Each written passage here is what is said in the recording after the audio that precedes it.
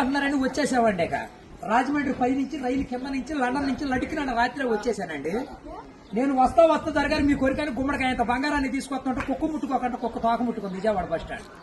కుక్క తోక ముట్టుకున్న బంగారం మళ్ళీ మీరు ముట్టుకుంటారా లేదని 7 పాలాలు పెట్టించేసి ఏట్లో పడేపించానండి.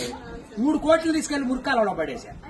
మా ఇంట్లో కోట్లు కుక్కలు తింటుంటాయండి, లక్షలు లక్కలు తినేస్తుంటాయి. ఎలుకలు తినేసి చిల్లర సేవలు తినేసేస్తాయి.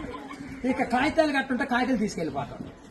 మాకు పొయ్యిలో ఎండి ఇంట్లో బంగారం ఉందండి, కాకపోతే ఇంట్లో వాళ్ళు ఎసట్టాలు బియ్యం లేక ఎండిపోతున్నారు. గురుగారు మీకు ఏమన్నా డబ్బుకి కానీ ధాన్యానికి కానీ ఏమన్నా లోటుగా ఉంటే మాకు కౌరు చేయండి, మేము పంపించేస్తాం. మా అడ్రస్ మండలం మధ్య యాగారం, దాని పక్కనే ఉండదండి, మల్లెడికి పక్కన పిల్లడికి మా ఊరు.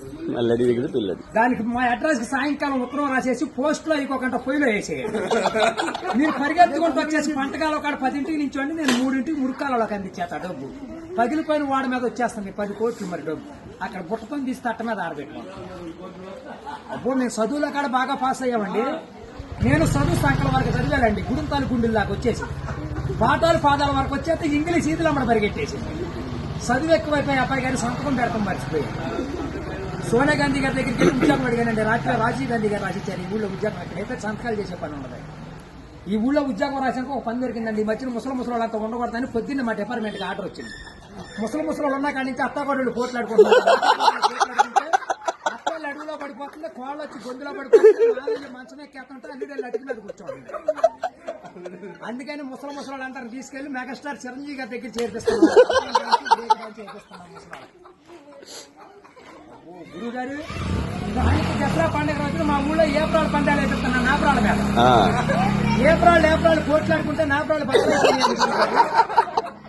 ఇప్పుడు సమరాత్రి గారు వెళ్ళి సౌండ్ చేస్తుంటే, మునసూప్ గారు వెళ్ళి ముడేస్తుంటే, కర్ణం గారు వెళ్ళి కాగితాలు రాస్తుంటే, ప్రెసిడెంట్ గారు వెళ్ళి పెళ్లి చేసేస్తున్నారు.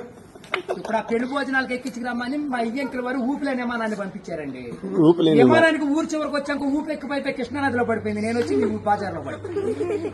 ఇవాళ ఛార్జీకి మీరు 500-600 ఇచ్చారంటే ఛార్జీ డబ్బులు పెట్టుకుని వెళ్ళి కాకినాడ వెళ్ళి కాఫీ తాగి అక్కడ మీ పేరు పేపర్లు వేసేస్తారు. ఈసారి గారు ఇప్పుడు రాబోయే కాలానికి కాబోయే సీఎం గారు మీ పేరు పేపర్లో వేపించేస్తానండి. ఈనాడు పేపర్లో వేపించానంటే ఆంధ్ర జ్యోతులు అక్షరాలు లేకోకుండా వచ్చేస్తాను. చదువుకున్నోడు చదువుకోవచ్చు, చదువులేనోడు చదువు. దొరగారు మన ఊరంతా ఖాళీగా ఉందని సాయంకాలం మన ఊరు కాలువలో కరువు మీటింగ్ పెట్టిస్తున్నాం. మీరంతా అక్కడ వచ్చేయండి. ఇప్పుడు కాలువలో కరువు మీటింగ్ పెట్టించి నూతులో టిక్కెట్లు ఇప్పించి ఏట్లో సినిమా చూపించి బుడమెట్లో చూపిస్తున్నా బురకట్ట. అక్కడ నీటి మీద తామరాకులు వేసి తామరాకుల మీద కుర్చీలు వేసి కుర్చీల మీద కూర్చోబెట్టించి మనిషికి 50,000 లోన్ ఇప్పించారు. 50,000 లోన్ దొరగారు ఇప్పుడు మాకు 7 అంతస్తుల మేడ, 25 పాడిగేదలు, 10 మంది పాలేళ్లు, 7 దున్నపోతులు ఉంటాయండి మా ఇంట్లో. పొద్దున్న లెగితే పాడిగేదలు పాలన్నీ పిండేసి పాలేళ్ళ పోసేస్తాం. దున్నపోతుల పాలు మా ఇంట్లో వాళ్ళకి ఎగజూరే కానీ ఎగజూరు ఉండదు. గురువు గారు మాకు వ్యవసాయం తక్కువ ఉందనుకున్నారా? ఏట్లో 700 ఎకరాలు మాదేనండి. సముద్రంలో సగం ఆట ఉంది.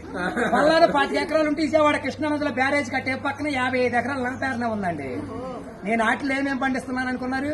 ఈ మధ్య జనాలంతా ఎక్కాలంటుంటే ఎక్కుళ్ళు వచ్చేస్తున్నాయి, బీబీట్లు తింటే సుకర్లు వస్తున్నాయి, చిట్టిపోరు తింటే చిందులు వేస్తున్నారు, మగసిరులు తింటే మతులు పోతున్నాయి అని చెప్పి ఇప్పుడు నేను చీమలతో సముద్రం మధ్యని దున్నిచ్చి, నక్కలతో నారు తెప్పించి, చుంచులతో ఊడిపించి, ఎలుకలతో కోపించి, కాకులతో కాటా పెట్టిస్తే ఎకరానికి 95 బత్తాలు పడుతున్నాయి తోకలేనట్టు.